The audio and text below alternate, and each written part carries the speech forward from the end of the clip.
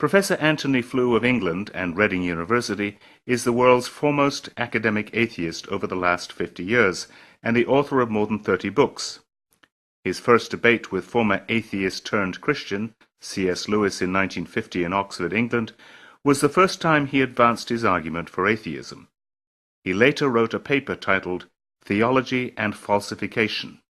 The paper became the most widely reprinted philosophical publication of the last half-century and a key foundation for atheists and agnostics who advanced materialist evolutionism.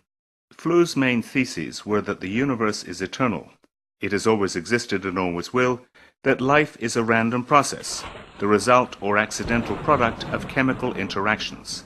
And third, the existence of God is a self-contradiction, and evil is not compatible with the existence of God.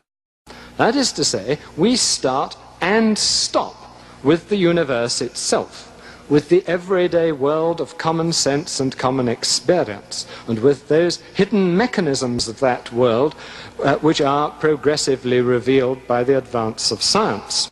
But now it is the advancement of science itself that has changed the mind of Flew and some scientists. At a recent summit at New York University, Flew changed his position and now believes in God as the creator of the universe. It is all, in my view, a matter of the enormous complexity by which the results are achieved, which look to me like the work of intelligence. Flew discussed the points with Professor Gerald Schroeder, who was with the Weizmann Institute of Jerusalem and MIT, and Professor John Haldane of the University of St. Andrews. Flew turns to various discoveries of science to prove his point. From the fossil records showing the sudden appearance of a fully developed life to the emergence of visual consciousness across the animal kingdom to the basic need for reproduction. But it is the manifestation of life written in DNA and the transcription of DNA to RNA and RNA into protein and the subsequent process of protein folding that makes the best case for Flew. What I think that the DNA material has done has shown by its almost unbelievable complexity of the arrangements which lead to produce this being, that intelligence must have been involved in getting these extraordinarily diverse elements to work together. As for the battle between evolution versus creation in the classrooms, it seems it may never end. But it may be explained best by re-quoting Flew. Which look to me like the work of intelligence.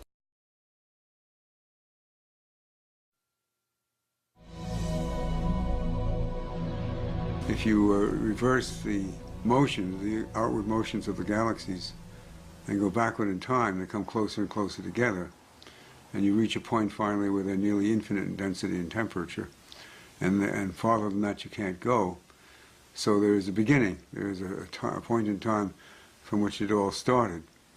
And that's a remarkable thing because it has a very strong theological flavor to it.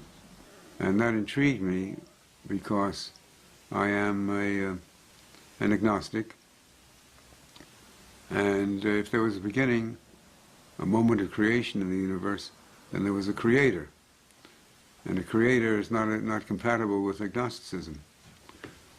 And I found that message so interesting that I felt a strong compulsion to share it with others.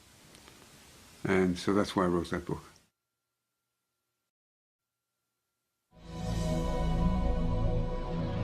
Just as I can't believe that there was a creator, I can't believe that this all happened by chance, which implies there was a creator. So you see, I'm in a completely hopeless bind. And I've stayed there. Again, I find it hard to believe that this is all a matter of atoms and molecules. And so I try to fit into my concept of the world the conclusion that there is a larger force of some kind, which we can call God, or you can call it whatever. But I can't accept that. I'm what's called a materialist in philosophy. I believe that doesn't mean I like Cadillacs and big cars. my students always used to think that. It means that I believe the world consists entirely of material substances. And when you specify those substances, the atoms and molecules, and the laws by which they interact, you've done it all. There isn't anything more to be said or inserted into your model of the universe. And that's what my science tells me. I've been a scientist all my life. But I find it unsatisfactory. In fact, it makes me uneasy.